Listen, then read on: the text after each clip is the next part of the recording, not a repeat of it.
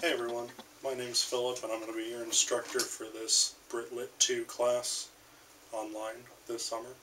Um, if you're seeing this video, you have presumably already made your way to the Introducing Ourselves forum.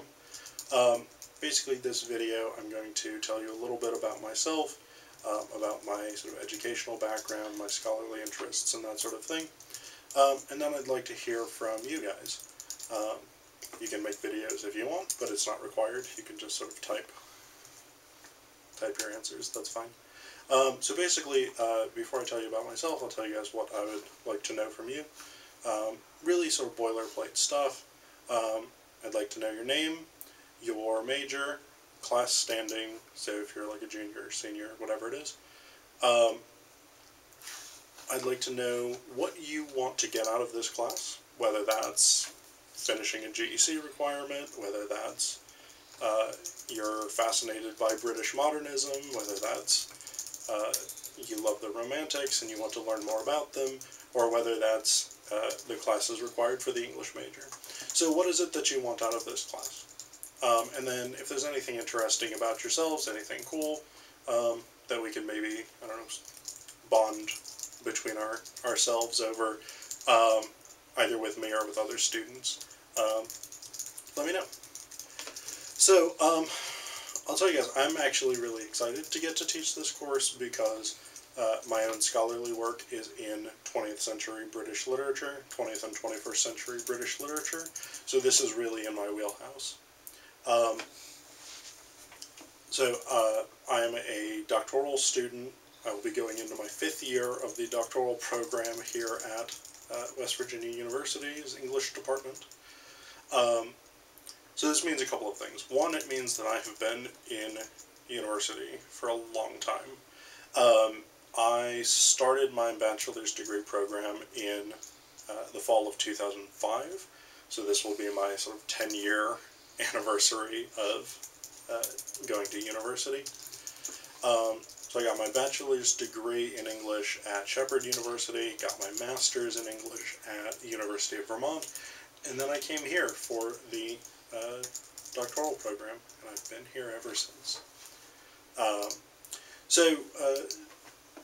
I'll tell you the other thing that means, the other thing that being a 5th year doctoral candidate means, is that I'm working on my dissertation. I'll tell you guys just sort of briefly about my dissertation. It's not directly sort of relevant to this class, but so I'm a drama person. I work on plays, playwrights, things like this. So my dissertation focuses on contemporary British and Anglophone playwrights. So this means not just sort of properly British, English, Scottish, Welsh, but I also look at English-speaking playwrights from other places other than the US. So places like Ireland, Nigeria, South Africa, and Australia. I'm looking at their work in my dissertation as well. And I'm looking at British and Anglophone adaptations of Greek drama, so reworkings of plays by people like Aeschylus, Sophocles, and Euripides, responding to the social conditions of neoliberalism.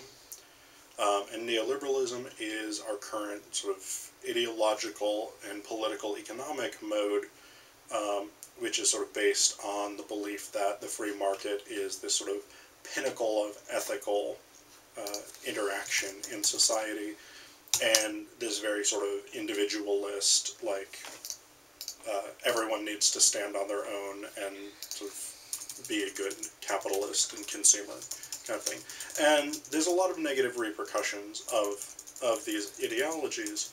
And so dramatists, as with a ton of other artists, are very skeptical about this, this mode of sort of understanding ourselves in the world.